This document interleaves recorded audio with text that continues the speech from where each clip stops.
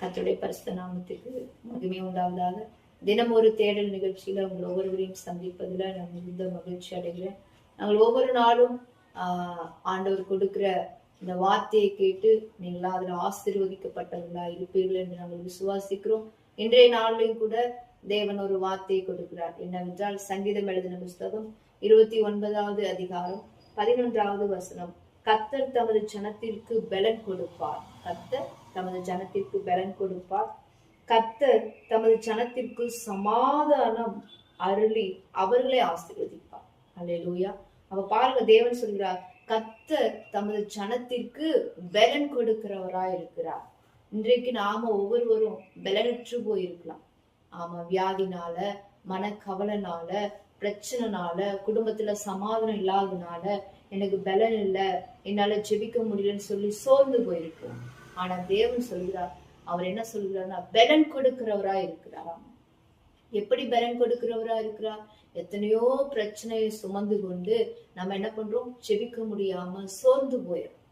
அப்ப எப்படி நமக்கு பலன் வரும் அப்படின்னா, பாருங்க, ஏசாயா 40:31 சொல்லப்பட்டு, கர்த்தருக்கு காத்திருக்கிறவர்களோ புது பலன் அடைந்து கழுகுகளை போல செட்டைகள் அடித்து உயரே பறப்பார்கள், அவர்கள் ஓடினாலும் களப்படையார்கள், நடந்தாலும் சோர்ந்து போகார்கள் அப்படின்னு சொல்லப்பட்டிருக்கு.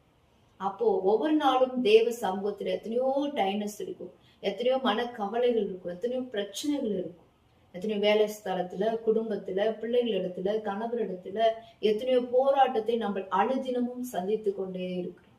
அதற்கு நமக்கு பலன் வேண்டும். நமக்கு பலனே தேவன் மாத்திரமே. அப்ப அவர் சமூகத்துல அமர்ந்து ஜெபிக்கிற பொழுது அவர் பலன் கொடுக்கிறவராய் இருக்கிறார். புது பலனை தருவார், புது கிருபையை தருவார். அப்ப தேவன் நமக்கு, நம்முடைய ஜனங்களுக்கு, நம்முடைய பிள்ளைகளுக்கு பலன் கொடுக்கிறவராய் இருக்கிறார். அதே போல தமது ஜனத்திற்கு சமாதானம் அருளி அவர்களை ஆசீர்வதிப்பார் அப்படின்னு சொல்லப்பட்டிருக்கு. அப்ப சமாதானத்தின் தேவன் தாமே நமக்கு முன்பாகவே இருக்கிறார், நம் நடுவில் இருக்கிறார். நான் சமாதானத்தை விட்டு செல்கிறேன். அப்போ தேவன் சொல்கிறார், சமாதானத்தை நம்மளுக்கு ஏசப்பா எப்பயோ கொடுத்துட்டாரு. ஆனா நாம தான் என்ன பண்றது இல்ல, சமாதானம் எனக்கு இல்ல, எனக்கு நிம்மதி இல்ல, எனக்கு எதுவுமே இல்லைன்னு சொல்லி நம்ம கவலைப்பட்டு கொண்டு இருக்கிறோம். அப்ப தேவன் பாருங்க, நமக்கு சமாதானத்தை கொடுக்கிறவரா இருக்கு. கொஞ்ச நேரம் அவர் சமூகத்துல அமர்கிற பொழுது உங்களுக்கு சமாதானம் வரும். குடும்ப ஜெபத்துல கூடி செபிக்கிற பொழுது உங்க வீட்டுல சமாதானம் வரும்.